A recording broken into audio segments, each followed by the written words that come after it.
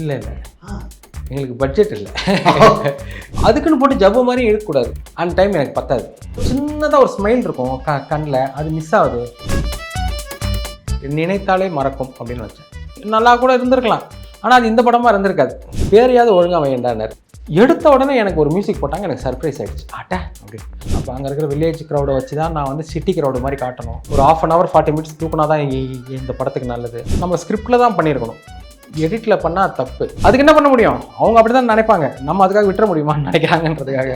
அப்போ தான் நான் யோசித்தேன், ஒரு படம் என்னை இன்னும் காப்பாற்றிக்கிட்டு இருக்கு, கொஞ்சம் காமெடி சேர்த்துருக்கலாம் அப்படின்னா காமெடி சேர்த்துருக்கலாமா அப்படின்ற மாதிரி தான்.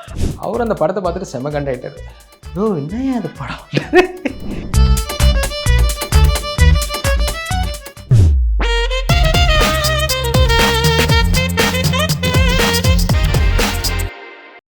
ஃபைனலி டிவிக்காக ஒரு exclusive conversation with director Balaji Dharanidharan. வணக்கம்.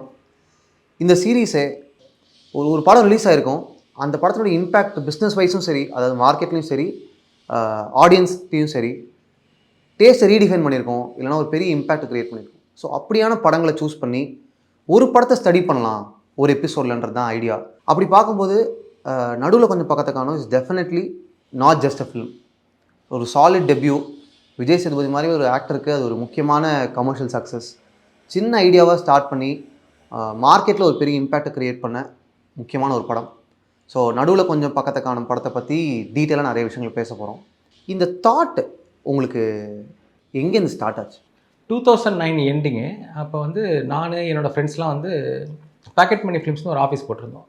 அது படம் பண்ணுற வரைக்கும் சும்மா கை செலவுக்காக சின்ன சின்ன ஆட்ஸு, கார்பரேட் ஃபிலிம்ஸ், ஏவிஸ்லாம் பண்ணுறதுக்காக. ஆனால் எல்லாருமே ஆஸ்பைரிங் டைரக்டர்ஸ் தான். எப்படி நம்ம படம் பண்ணுறது அப்படின்னு பேசிகிட்டு இருக்கும்போது, சின்ன பட்ஜெட்டில் போய் ஒரு கதை சொல்லலாம் அப்படின்னா, ரொம்ப 1 கோடி 1.5 கோடினா யாராவது ப்ரொடியூசர் தேடலாம். நம்ம பெரிய டைரக்டர்கிட்ட ஒர்க் பண்ணனாலும் பரவாயில்ல, நமக்கு டக்குன்னு படம் பண்ணுறதுக்கான வாய்ப்பு இருக்குன்னு அப்படி ஃப்ரெண்ட்ஸ்லாம் பேசிகிட்டு இருந்தோம். 1.5 crores எப்படி படம் பண்ணுறது அப்படின்னு யோசிச்சுட்டு இருந்தேன். அப்படி சும்மா யோசித்து பார்த்தேன். ஒரே ஒருத்தன் மட்டும் ஒரு வீட்டில் மாட்டிக்கிட்டான், இந்த மாதிரிலாம் நம்ம யோசிப்போம்ல. இருக்கிறதுலே ரொம்ப லோ பட்ஜெட்டில், கம்மி லொக்கேஷனில், கம்மி ஆர்டிஸ்ட்டை வச்சு அப்படி யோசித்து பார்க்கும்போது எதுவுமே அவ்வளோ சுவாரஸ்யமாக இல்லை. யோசிக்கும் போதே ஒரு பாயிண்ட்டுக்கு அப்புறமா நமக்கு டயர்ட் ஆகிடுது. சரி, இதுக்கப்புறம் என்ன, நம்ம எப்படி என்கேஜ் பண்ணுறது இருக்கு, இல்லைனா சும்மா ஒரு கிம்மிக்காக இல்லாமல் ஒரு கதை சொல்லணுமே அப்படின்னு யோசிச்சுட்டு இருக்கும்போது, ஆனால் அப்படி நான் யோசித்து கைவிட்ட மாதிரியான ஒரு கதை தான் பிஸா. அவங்க சூப்பராக பண்ணிட்டாங்க. அவங்க ஒரு வீட்டுக்குள்ளே ஒருத்தன் உள்ளே போய் மாட்டிக்கிறான். அது ரொம்ப நல்லா பண்ணியிருந்தார் கார்த்திக் சுப்பராஜ். லோ பட்ஜெட்டில், ஏன்னா நான் யார்ட்டையும் ஒர்க் பண்ணல, நான் போய் பெரிய ப்ரொடியூசர்ட்டையோ ஸ்டார்ட்டையோ கதை சொல்கிறது ரொம்ப கஷ்டம். அப்போ 2010லலாம் ரொம்ப கஷ்டம். சின்ன பட்ஜெட்டில் ஒரு கதை யோசிக்கணும்னா எப்படி ஒரு கம்மி நாள், கம்மி லொக்கேஷன், கம்மி கேரக்டர், எப்படி யோசிச்சுட்டு எனக்கு எதுவும் மாட்டல. அன்றைக்கி ஃபுல்லாக யோசிச்சுட்டு அன்றைக்கி நைட்டு எதாச்சியாக ஒரு படம் பார்த்தேன். சினிமா பேரடைஸோ மெலினா படம்லாம் பண்ண டைரக்டர், அவரோட எ பியூர் ஃபார்மாலிட்டின்னு ஒரு படம் பார்த்தேன். ரோமன் பொலான்ஸ்கியும் அதில் நடிச்சிருப்பார். ஒரு போலீஸ் ஸ்டேஷனில் ஒரு நாள் நைட் நடக்கிற கதை. அந்த படம் வந்து எனக்கு பார்த்தோன்னே எனக்கு பயங்கர உண்மையிலே மைண்ட் ப்ளோயிங்காக இருந்தது, பயங்கர தாட் ப்ரோவோக்கிங்காக இருந்தது படம். அந்த படத்தை பார்த்துட்டு எனக்கு அது ரொம்ப இன்ஸ்பயர் பண்ணிடுச்சு. நைட்டு நான் தூங்குறேன், லேட் நைட் தூங்கும்போது அப்படி நம்ம லைஃப்பில் ஏதாவது இந்த மாதிரி நடந்திருக்கா, ஒரு நாள் இல்லைனா ஏதாவது ஒரு இல்லை அட்லீஸ்ட் ஃபியூ டேஸ் இந்த மாதிரி ஏதாவது நடந்திருக்கா அப்படின்னு யோசிச்சுட்ருக்கேன். யோசிச்சுட்டு காலையில் எழுந்திரிக்கும் போது ஒரு லைன் தோணுச்சு. நான் ஸ்கூல் படிக்கும்போது எங்கள் சம்மர் லீவில் ஊரில் இருக்கும்போது என் தம்பியை ஒரு நாள் காணும். என் தம்பியை காணும்னு நான் தேடுறேன். என் பக்கத்து ஊர், எங்கள் ஊரெல்லாம் சொந்தக்காரங்க இருக்காங்க. நடுவில் ஒரு ஏரி இருக்குது. அந்த ஏரி சம்மரில் காலியாக தான் இருக்கும். ஏரி வழியாகவே நடந்து போயிட்டு வரலாம். அப்போ மனசுக்குள்ளே பயங்கரமாக ஃபீல் பண்ணுறேன். தம்பி கூட நான் போட்ட சண்டையெல்லாம் ஃபீல் பண்ணி, அங்கே எங்கள் ஊரில் வந்து ஒரு ஆஞ்சநேயர் கோயில் இருக்குது, முருகன் கோயில் இருக்குது. நான் அவங்கள்ட்டலாம் வேண்டிக்கிறேன், நான் இனிமேல் சண்டை போட மாட்டேன், அவன் கிடச்சிடணும், அவன் இல்லைனா எங்கள் அம்மாலாம் எப்படி ஃபீல் பண்ணுவாங்க இப்படிலாம் நான் அப்போ அம்மாலாம் சென்னையில் இருக்காங்க, நாங்கள் எங்கள் சொந்தக்காரங்க வீட்டில் இருக்கோம். அப்படி அப்புறம் என் தம்பி எப்படி கிடச்சான் அதை யோசித்து பார்த்தேன். அது எனக்கு ஒரு ஃபியூச்சர் ஃபிலிமுக்கான ஒன்று இருக்குன்னு தோணுது. இல்லைன்னு தோணுச்சு. இல்லைன்னு தோணுச்சு. அது ஒரு ஷார்ட் ஸ்டோரியாக இருக்குது, இல்லைனா இருக்குது, அது ஒரு ஈரானியன் ஃபிலிம் லுக்கில் இருக்குது. இப்போ நான் பண்ணலாம். ஏற்கனவே என்கிட்ட இருக்கிற கதையெல்லாம் நான் பண்ணாத காரணம் அதுதான். அது ஒரு சுவாரஸ்யம் கேட்பாங்கல்ல ப்ரொடியூசர்கிட்ட சொல்லும் போது. அப்போ தூங்கி எழுந்துட்டு அடுத்த நாள் காலையில் ஒருத்தவங்களுக்கு எடிட்டிங் சொல்லி, நான் வந்து பேசிக்காக எடிட்டரு, நான் வந்து சாஃப்ட்வேர் சொல்லித்தரதுக்காக நான் ஃபிலிம் ஷூட்டில் எடிட்டிங் படித்தேன். அப்புறம் தான் டைரக்ஷன் சைடு வந்து. அப்போ இந்த மாதிரி ஒரு வருமானத்துக்காக ஒருத்தவங்களுக்கு சொல்லித்தரேன், எடிட்டிங் சொல்லித்தரேன். அப்போ அந்த 96 டைரக்டர் இருக்கார்ல பிரேம், அவரோட வீட்டில் தான் அவங்க வராங்க. அந்த பொண்ணு வராங்க, நான் போய் எடிட்டிங் சொல்லித்தரேன். அப்போ நான் பிரேம் வீட்டுக்கு நான் பைக்கில் காலைல போயிட்டுருக்கேன். போயிட்டுருக்கும்போது டக்குன்னு ஸ்ட்ரைக் ஆச்சு. ஏன்னா பிரேமை வச்சே பிரேமுக்கு எனக்கெல்லாம் ஒரு அப்போலேருந்து ஒரு ஒரு 3 இயர்ஸ்க்கு முன்னாடி ஒரு சம்பவம் நடந்தது. ஒரு 2.5 இயர்ஸ்க்கு முன்னாடி. பிரேமோட கல்யாணத்துக்கு முன்னாடி பிரேம் இந்த மாதிரி தலையில் அடிபட்டு அவனுக்கு எல்லாமே மறந்துடுச்சு. அப்போ எனக்கு டக்குன்னு ஸ்ட்ரைக் ஆச்சு. அதை நமக்கு மைண்டில் நேற்று நைட்டு வரலையேன்னு சொல்லிட்டு, அப்போ அவன் வீட்டுக்கு போகிறதுக்குள்ளேயே எனக்கு ஸ்ட்ரக்சர் ஃபுல்லாக வந்துருச்சு. ஆக்சுவலி பிரேமுக்கு வந்து மேரேஜுக்கு இன்னும் 1 வீக் இருந்தது. அதை நான் 1 வீக்ன்றதை 1 டேன்னு மாற்றிக்கிட்டேன். அப்புறம் பிரேம் வந்து தனலட்சுமியை 4 இயர்ஸாக லவ் பண்ணிகிட்டு இருந்தார். அதை நான் 1 இயர்னு மாற்றிட்டேன். ஏன்னா அவன் 1 இயராக நடந்த விஷயம் தான் அவனுக்கு ஞாபகத்தில் இல்லை. அப்போ தனலட்சுமியும் மறந்துடுறான் அப்படின்னு வச்சுட்டேன். நான் என்னென்னா ஒன் டேன்னு வச்சு ஞாபகம் வரலன்னா இந்த ரிசப்ஷன் மேரேஜ் எப்படி நடந்திருக்கும், அது ஃபிக்ஷன். இதெல்லாம் நான் ஸ்ட்ரக்சராக யோசிச்சுட்டு பிரேம் வீட்டில் போய் இறங்கினேன். போய் இறங்கிட்டு டெல்லின்னு என்னோடய காலேஜ் ஜூனியர் அவர் இருந்தார், பிரேமும் இருந்தாப்புல. அவங்கள்ட்ட நான் இந்த கதையை சொன்னேன். ஒரு கதை வச்சுருக்கேன் அப்படின்னு சும்மா பேர்லாம் மாற்றி மாற்றி சொன்னேன். அவங்க நான் நல்லா என்ஜாய் பண்ணிவிட்டு அப்போ பிரேம் சொன்னாப்புல, ஏன் பேரெலாம் மாற்றுற, அதே பெரிய வை, உனக்கு ஸ்டோரி சொல்கிறதுக்கு ஒரு ஃப்ளோ வரும்ல, அதே பெரிய வச்சே சொல்லுன்னா. அப்புறம் சொன்னோடனே அவங்களுக்கு பிடிச்சிருச்சு. சரி இந்த கதை ஒர்க் ஆகும்னு எனக்கு தோணுச்சு. ஒர்க் ஆகும். அதுக்கப்புறமா டக்குன்னு எழுத ஆரம்பிச்சிட்டேன். அவ்வளோ இதுதான் அந்த கதை உருவான இந்த பஜ்ஜி கேரக்டர் நான் தான். என் பேர் பாலாஜி, ஃப்ரெண்ட்ஸ்லாம் பஜ்ஜின்னு கூப்பிடுவாங்க. அதில் சரசு, பக்ஸு, பஜ்ஜி இருக்காங்களா, அந்த பஜ்ஜி நான் தான். இப்போ இந்த ஐடியா வந்துருச்சுங்க. இது ரெண்டாவும் ட்ரீட் பண்ணலாம். ஒன்று காமெடியாக ட்ரீட் பண்ணலாம், இல்லை சீரியஸாகவும் ட்ரீட் பண்ணலாம். இப்போ காமெடி அப்படின்ற ட்ராக்கை சூஸ் பண்ணி அதுக்கு தகுந்த மாதிரி நீங்கள் எழுதுறீங்களே, அந்த ப்ராசஸ் பற்றி திட்டமிட்டுலாம் பண்ணலைங்க. பிளான் பண்ணி, இல்லைன்னா இதை நான் சீரியஸாக சொல்லாமா பிளான் ஃபிக்ஸ் பண்ணி பண்ணுற ஆள்லாம் இல்லை. ஒரு ஃப்ளோவில் பண்ணுறது தான். அதனால் ஒரு இன்ஸ்டிங்க்டிவாக வர விஷயந்தான். அந்த சம்பவம் நடக்கும்போது நாங்கள் ரொம்ப ஸ்ட்ரெஸ்ஃபுல்லாக இருந்தோம். ஒரு பாயிண்டில் ரொம்ப பயந்துட்டோம். எல்லாமே இருந்துச்சு. ஆனால் அவனுக்கு ஒன்ஸ் ஞாபகம் வந்த உடனே அவன் பண்ணதெல்லாம் சொல்லி நான் சிரிக்க ஆரம்பிச்சிட்டேன். அதோட ஒரு ஐரணி இருக்குல்ல, சில விஷயங்கள் அப்போ நமக்கு டென்ஷனாக இருக்கும். அப்புறம் அது பின்னாடி நான் நினச்சி நம்ம இப்படிலாம் ஆயிடுச்சாடா சொல்லி நம்ம சிரிப்போம் தெரியுங்களா.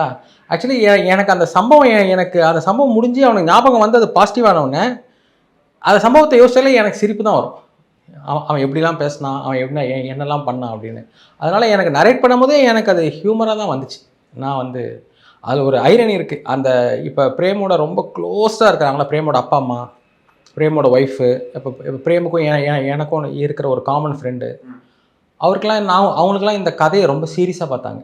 ஏன்னா அவங்களுக்குலாம் நாங்கள் ஆக்சுவலி அவனுக்கு ஞாபகம் வந்ததுக்கப்புறமா எங்கள் 4 பேரை தவிர வேறு யாருக்குமே நாங்கள் சொல்லலை. இப்படி ஒரு விஷயம் நடந்துச்சு. ஹாஸ்பிட்டல்லேருந்து அவனுக்கு அடுத்த நாள் காலையில் ஞாபகம் வரல, மத்தியானம் வந்துச்சு.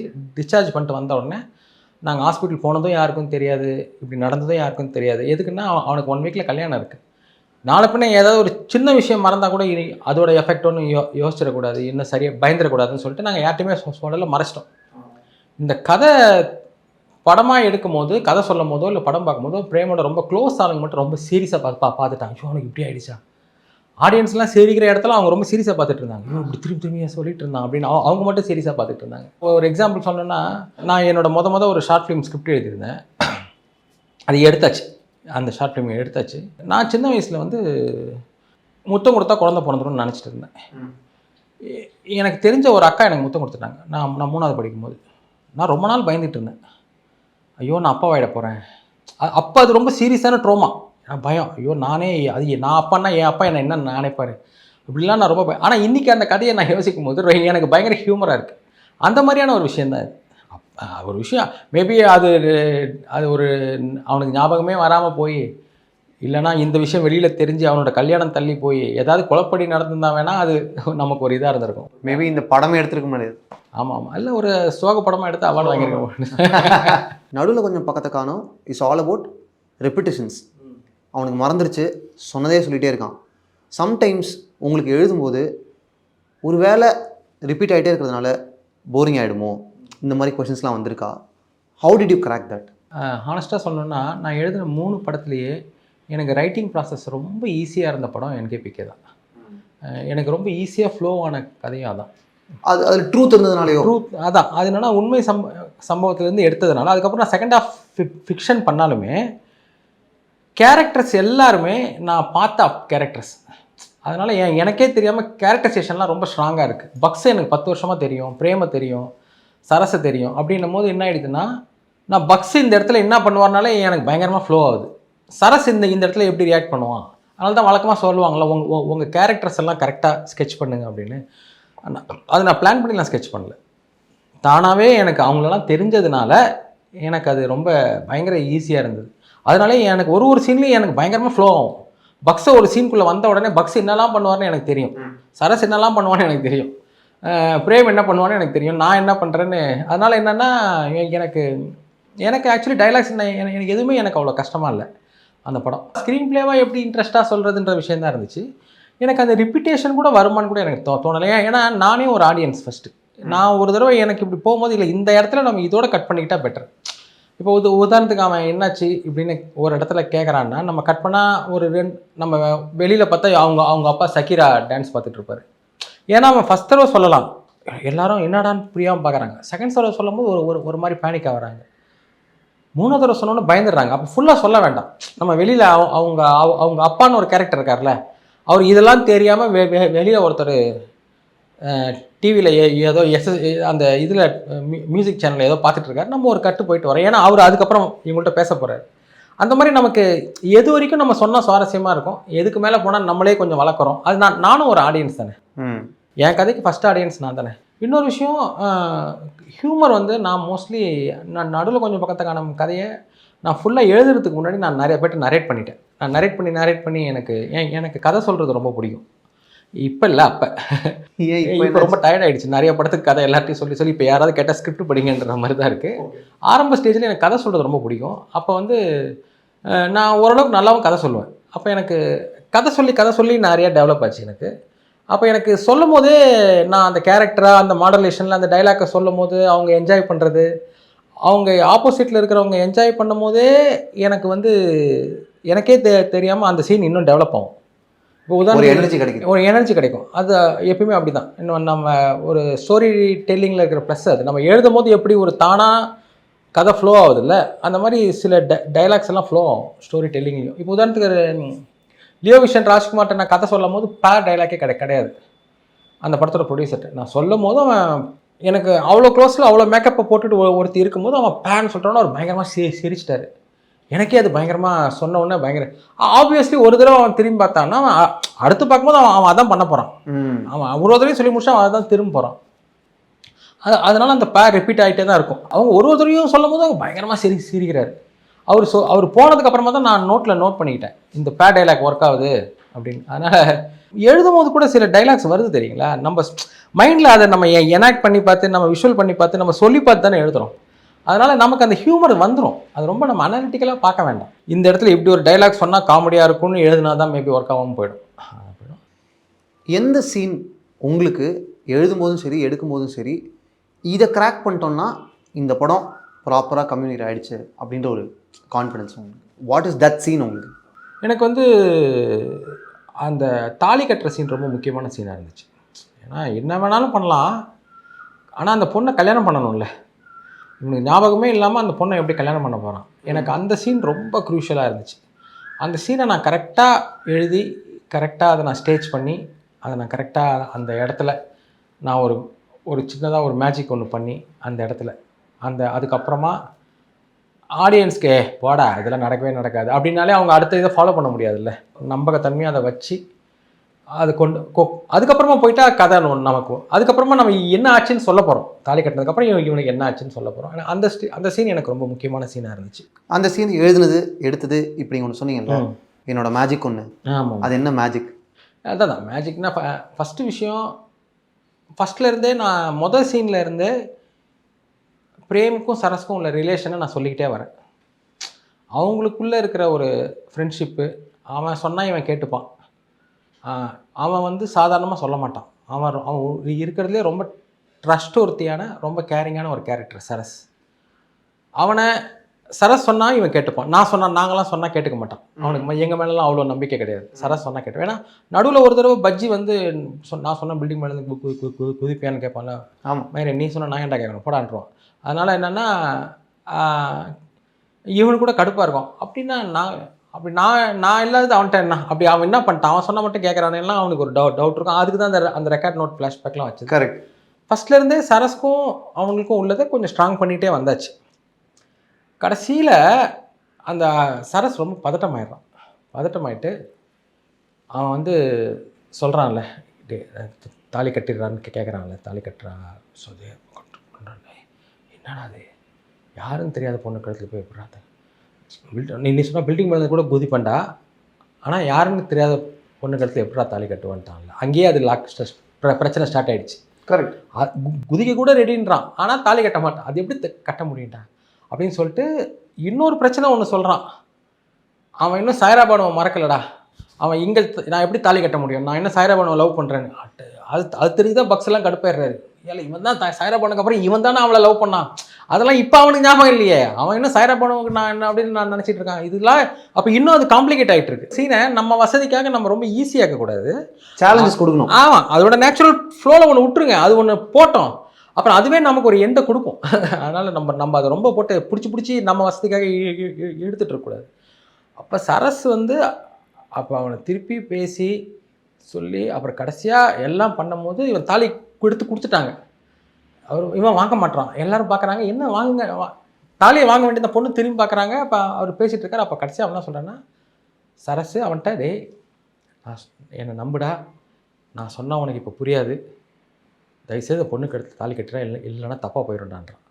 சொல்லிவிட்டு அவன் சொல்லும் போது அவன் கண்ணு கலங்கிருக்கு, என்னை நம்புடா, நான் சொன்னால் உனக்கு அப்படின்னு.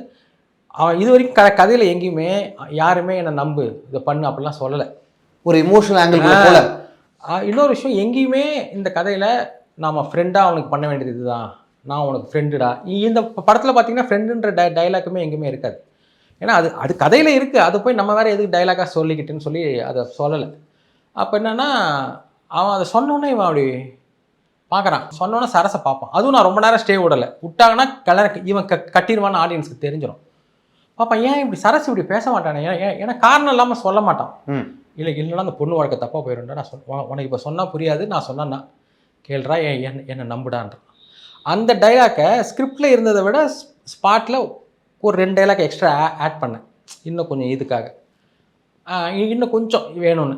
அப்புறம் கரெக்டாக இதுக்கு மேலே முடியாமல் இதை தட்டி விட்டுறான் ராஜ், அந்த அந்த ஐரியும் அந்த தட்டையும். ஏன்னா ஏதாவது ஒன்று டிலே டைம் வேணும்ல, அந்த இதெல்லாம் போய் அந்த நெருப்பில் விழுந்து புகை இன்னும் ஜாஸ்தி ஆகிடுச்சு. புகை ஜாஸ்தியாகி இப்போ ஒரே கன்ஃபியூஷன், அந்த இடத்துல என்னாச்சு அப்படின்னு. அவனுக்கு வேண்டியது அவன் ஒரு டைம் பை பண்ணணும். கரெக்ட். இப்போ இந்த இடத்துல என்ன பண்ணுறதுன்னு அவனுக்கு பட்ஜி கேரக்டருக்கு தெரில. டைம் பை பண்ணால் நல்லது நடக்குமான்னு தெரியல. இப்போதைக்கு அவன் எஸ்கேப் ஆகிறான். அப்போ அந்த சமயத்தில் ஃபுல்லாக புகை, ஸ்டேஜை ஃபுல்லாக புகையாயிடுச்சு. புகை அடங்கினதுக்கப்புறம் பார்த்தா அவள் கழுத்தில் தாலி இருக்குது, 2 பேர் இருக்காங்க. அப்போ எல்லாருக்குமே டவுட்டு, எப்படி கல்யாணம், எப்படி தாலி வந்துச்சு அப்படின்னு. யாரா கட்டியிருப்பான்னு பார்க்குறாங்க. ஏன்னா தாலி இவன் தான் கட்ட மாட்டான்ட்டானே அப்படின்னு. அப்போ பிரேம் கேரக்டரு தாலியை பார்த்துட்டு சரஸ் பார்க்குறான், எப்படி தாலி வந்துச்சுன்னு சரஸ்கே தெரில. அப்போ அவன் சொல்கிறான், நீ சொன்னால் பில்டிங் மேலே மட்டும் இல்லைடா, யாருன்னு தெரியாத பொண்ணு கழுத்து தாலி கட்டுவான்டா அப்படின்ட்டு. அந்தளவுக்கு அவனுக்கு நம்பிக்கை இருக்குது. இந்த பாண்டிங்கை நம்ம ஃபஸ்ட்லேருந்தே கொண்டு வந்துட்டோம். ஆக்சுவலி இந்த சீனுக்கு நான் ஃபஸ்ட்டு வச்ச ஆப்ஷன், வேறு வழி இல்லாமல் அந்த ஸ்மோக் எஃபெக்டில் சரஸ் எடுத்து கட்டிடுவோம். நான் கேட்கணும்னு நினச்சேன், அதுதான் கட்டிடுவோம். ஆனால் முடிஞ்ச அப்புறமா பார்த்தீங்கன்னா யார் கட்டினாங்கன்னு யாருக்கும் தெரியாது, இவன் தான் மாப்பிள்ளை தான் கட்டுவாங்கன்னு. ஆனால் சரஸ் சொல்லுவான், அவன் கட்டலை, நான் தான் கட்டினேன், அது யாருக்கும் தெரிய வேண்டான்னு. முடியும் போது அது யாருக்குமே தெரியாது, இந்த 3 பேருக்கு மட்டும் தான் தெரியும். அப்படி ஒரு ஆங்கிள் யோசித்தேன். எனக்கு இன்னும் அதை விட இது பெட்டராக இருக்குது. இன்னொரு விஷயம், அது ரியல் கேரக்டர்ஸை வச்சு பண்ணும்போது அது தேவையில்லாத ஒரு கேள்வி வரும். ரியல் தானாக்கு அப்போ யார், ஒருவேளை அப்போ இந்த மாதிரிலாம் நடந்துச்சான்னு ஒரு கேள்வி வரும். அதனால் அந்த ட்ராக்கை அது வேணான்னு அப்புறம் நானே அதை விட்டுட்டு நான் இந்த ரூட் எடுத்துட்டேன். இப்போது அந்த எக்ஸ்ட்ரா புகை வரதுக்காக கொஞ்சம் டைம் பை பண்ணுறதுக்காக அங்கே ஒரு கேஸ் க்ரியேட் பண்ணுறாங்க, தட்டலாம் தள்ளி விட்டு. இது கேரக்டர்ஸ் டைம் பை பண்ணுறாங்க ஒன்று, ஆஸ் அ ரைட்டராகவும் நீங்களும் கொஞ்சம் டைம் பை பண்ணுறீங்களா? ஆமாம், கரெக்டில். ஆமாம், அந்த இடத்துல எனக்கு ஒரு சின்ன சர்ப்ரைஸ் வேணும். ஒரு புகை வந்து அடங்கணுன்னு தாலி இருக்குது, எனக்கு அவன் கட்டுறதை காட்ட வேண்டாம். எனக்கு அப்படின்னு தான் எனக்கு இன்னும் அது சீன் சுவாரஸ்யமாக இருக்கும். அப்போனா அடுத்த மொமெண்ட்டில் தாலி கழுத்தில் இருக்கணும், ஆனால் எப்படி தாலி வந்து தெரியக்கூடாது. இந்த என்விரான்மெண்ட்டில் என்ன பண்ணி அதை மறைக்கலாம்னு யோசிக்கிறீங்க. ஆமாம். இந்த படம் என்ன கேட்டிங்கன்னா out and out performance orient. இப்போ அந்த பர்ஃபார்மன்ஸை நம்ம பை பண்ணலன்னா, அந்த கேரக்டர்ஸ் வந்து ரொம்ப ஸ்வீட்டாக நமக்கு நெருக்கமாக வரலன்னா ஒர்க் ஆகாமல் போகிறதுக்கான எல்லா வாய்ப்பும் இருக்குது. இப்போ நீங்கள் எப்படி ஆக்டர்ஸ் கிட்ட இதை கம்யூனிகேட் பண்ணி what did you tell Vijay Sethupathi, what did you instruct? ஏன்னா இப்போ உங்கள்கிட்ட ட்ரூத் இருக்குங்க, ஃப்ரெண்ட்ஷிப் இருக்குது, இது எல்லாமே உண்மைக்குள்ளேயே வந்துடுது. இதை வச்சு நீங்கள் வந்து கதை பண்ணியாச்சு, எழுதியாச்சு. பட் ஒரு ஆக்டர்கிட்ட அந்த ட்ரூத்தை நீங்கள் எப்படி கடத்துறீங்க? ஆடிஷன் பண்ணிவிட்டு பேசிக்காகவே அவங்களுக்கு நடிப்பு வருதான்னு நான் ஒரு ஆடிஷன் ஒன்று பண்ணேன் எல்லாருக்குமே. ஏன்னா எடுத்த உடனே நான் ஒரு கேரக்டர் நான் எடுத்த உடனே நான் செலக்ட் பண்ணல. பக்ஸு மட்டும் தான் எடுத்த உடனே செலக்ட் பண்ணது. ஏன்னா அவர் ரோல் அவரே பண்ணுறாரு. ஆனால் அவருக்கும் நான் ஆடிஷன் வச்சு தான் பண்ணேன். ஏன்னா ரியலாக இருக்கிறது வேறு, அவரை மாதிரி அவரே நடிக்கிறது வேறு இல்லை. சூப்பர். அதனால் அவருக்கும் ஆடிஷன் வச்சு தான் பண்ணோம். அப்புறம் மிச்சம் எல்லாருக்குமே ஆடிஷன் பண்ணிவிட்டு ஆடிஷனில் நடிக்க வருதான்றது விஷயம். நான் யோசிக்கிற கேரக்டர் மாதிரி இருக்காங்களா, சரஸ் மாதிரி இருக்கானா, பிரேம் மாதிரி இருக்காப்லையா, பஜ்ஜி மாதிரி இருக்காப்லையா. அப்புறம் என்னென்னா ரிஹர்சல் வந்து ஆஃபீஸில் ஒரு கிட்டத்தட்ட ஒரு 1.5-2 மாதம் ரிஹர்சல் பண்ணோம். மொதல் சீன்லேருந்து ரிஹர்சல் பண்ணோம். அப்போ அவங்களுக்கு கதை ஃபுல்லாக மைண்டில் போயிடுச்சு.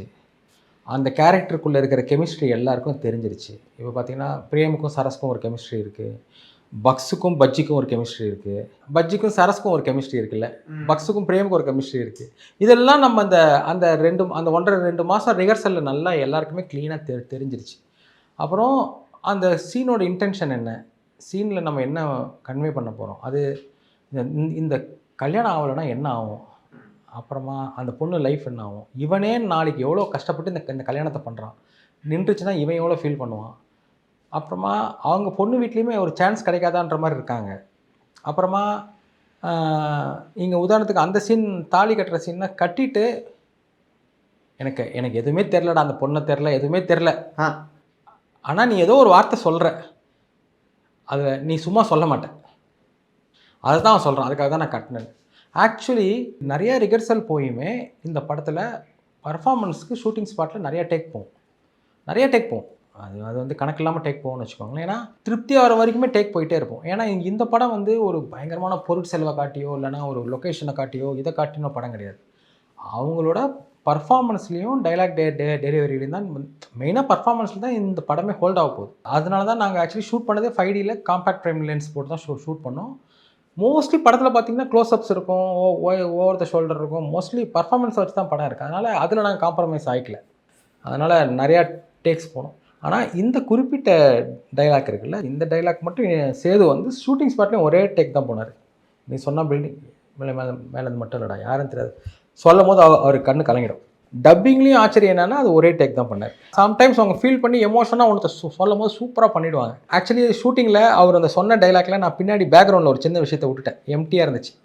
ஏன்னா மேரேஜில் அந்த சீனில் ஆக்சுவலி பின்னாடி அவ்வளோ எம்டி இருக்கக்கூடாது ஆளுங்க, ஆனால் அவரோட க்ளோஸ்அப்புக்கு பேக் சைடு புரிஞ்சிச்சு அவருக்கு பின்னாடி. ஆனால் எனக்கு ஒரு ரீடேக் போக மனசு வரல, ஏன்னா திருப்பி போனால் இது வராது, மெக்கானிக்கலாக வராது. அதனால் இன்னொரு விஷயம், இதை தாண்டி யார் அங்கே பார்க்க போகிறாங்க இந்த 4 செகண்ட் அப்படின்னு சொல்லி நான் விட்டுட்டேன். நீங்கள் ஒரு நல்ல டேர்ம் ஒன்று சொன்னீங்க, ரியல் லைஃப்பில் ஒருத்தன் ரியலாக இருக்கிறது வேறு, ஆன் ஸ்க்ரீனில் அவனாக ரியலாக இருக்குன்றது வேறு. ஆமாம், கரெக்டுங்களா? இப்போது இது வந்து ஒரு முக்கியமான அண்டர்ஸ்டாண்டிங் ஒரு டைரக்டருக்கு. இது ஒரு ரைட்டருக்கு இருக்குமான்னு எனக்கு தெரியல, ஆனால் ஒரு டைரக்டராக யோசிக்கும் போது இது முக்கியமான அண்டர்ஸ்டாண்டிங். ஆக்சுவலி எனக்கு மொதல் படம் வந்து நான் ஷூட்டிங் ரொம்ப என்ஜாய் பண்ணேங்க. எனக்கு வந்து ரொம்ப கஷ்டமாலாம் இல்லை எனக்கு. ஏன்னா நான் ஸ்கிரிப்ட் ரீட் பண்ணேன் ஃபஸ்ட்டு, அப்புறம் ஃபுல் படமுமே திருவிளையாடல் கேசட் மாதிரி ஆடியோ ஸ்கிரிப்ட் மாதிரி நானே பேசி எல்லா கேரக்டரும் ஒன்று பண்ணேன். அப்புறம் ரிஹர்சல் பண்ணோம். அப்புறம் நானும் பிரேம் கேமராமேனோட உட்காந்து ஷார்ட் டிவிஷன் பண்ணியாச்சு. அதனால் படத்தை எப்படி ட்ரீட் பண்ண போகிறோம் எல்லாமே தெரிஞ்சுது. அதனால் எனக்கு ஆக்சுவலி ஷூட்டிங்கை நான் ரொம்ப என்ஜாய் பண்ணேன். எனக்கு ஏன்னா முன்னாடி எனக்கு ஃபிலிம் இன்ஸ்டியூட்டில் படிக்கும்போது அந்த ஃபிலிம் கிராமரோட பேசிக்ஸ்லாம் தெரியும். அதுக்கப்புறமா நானும் ஒரு ஷார்ட் ஃபிலிம் டைரக்ட் பண்ணிவிட்டு ஃப்ரெண்டோட ஷார்ட் ஃபிலிம்லாம் ஒர்க் பண்ணிவிட்டு அப்படி வரும்போது எனக்கு நான் என்ன தான் ஒர்க் பண்ணாலும் நான் ஒரு ஷார்ட் ஃபிலிம் டைரக்ட் பண்ணதுக்கப்புறமா தான் எனக்கு அந்த ஐஸ் பிரேக் ஆச்சு. ஏதோ ஒரு ஃபியர் இருக்கும்ல, நிறைய பேசுகிறோம், ஓகே, ஒன்று எடுத்தால் தானே நம்ம எங்கே இருக்கோம்னு நமக்கு தெரியும். ஒரு ஷார்ட் ஃபிலிம் எடுக்கும்போது தான் தெரிஞ்சது நான் என்னெல்லாம் கரெக்டாக பண்ணியிருக்கேன், நான் இன்னும் என்னெல்லாம் கரெக்டாக பண்ணணும் அப்படின்னு. அதனால் அது எனக்கு ஒரு பெரிய லெசனாக இருந்தது. அதுக்கப்புறமா இல்லை நம்ம ஃபீச்சர் ஃபிலிம் பண்ணிடலான்னு ஒரு நம்பிக்கை வந்துச்சு. ஆனால் நான் எதுலலாம் கவனமாக இருக்கணுன்றதும் எனக்கு தெரிஞ்சு. எதுலலாம் கவனமாக இருக்கணும் தெரிஞ்சுக்கிட்டீங்க?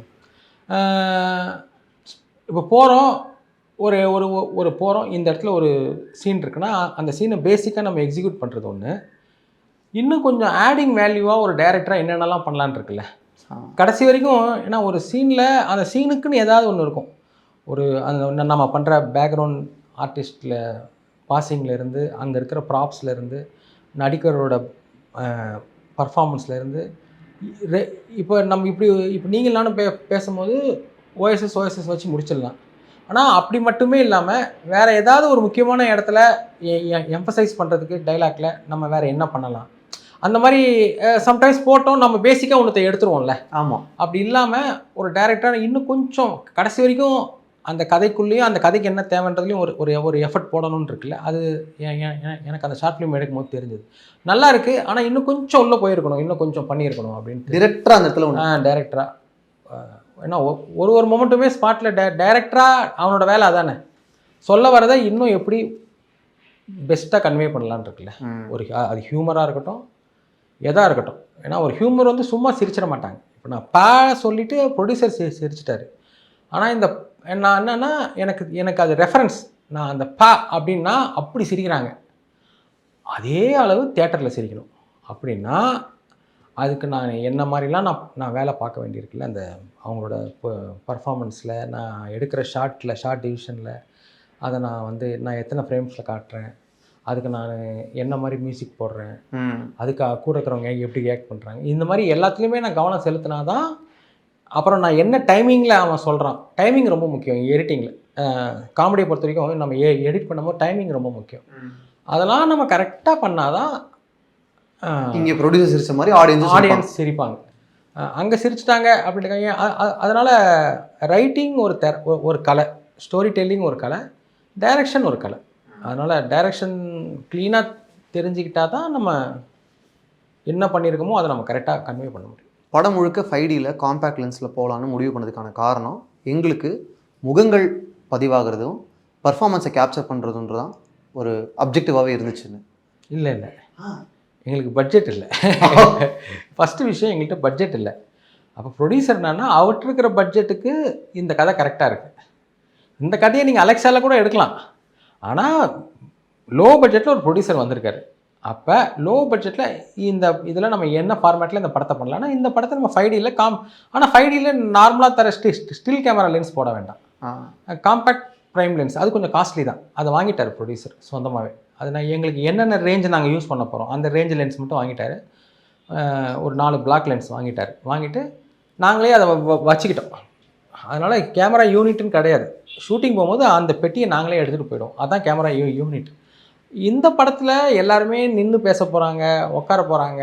இல்லைனா மோஸ்ட் ஆஃப் த சமயத்தில் யாருமே ஓடிக்கிட்டோ சேசிங்கோ பரபரப்பான இதுலேயே இல்லை. ஏன்னா அப்படி நீங்கள் மூவ் பண்ணிங்கன்னா உங்களுக்கு ஜிட்டர் ஆகும் வீடியோ. அப்புறம் நிறைய டாப் லைட்டில் ஷூட் பண்ண போகிறோம் அப்படின்னா உங்களுக்கு வீடியோன்னு காட்டி கொடுத்துரும். இதில் மோஸ்ட்லி ஹாஸ்பிட்டலுக்குள்ளே, நைட்டு, மண்டபத்துக்குள்ளே, அதனால் உங்களுக்கு டாப் லைட் சீக்வன்ஸ் ரொம்ப கம்மி அந்த கிரிக்கெட்டை தவிர.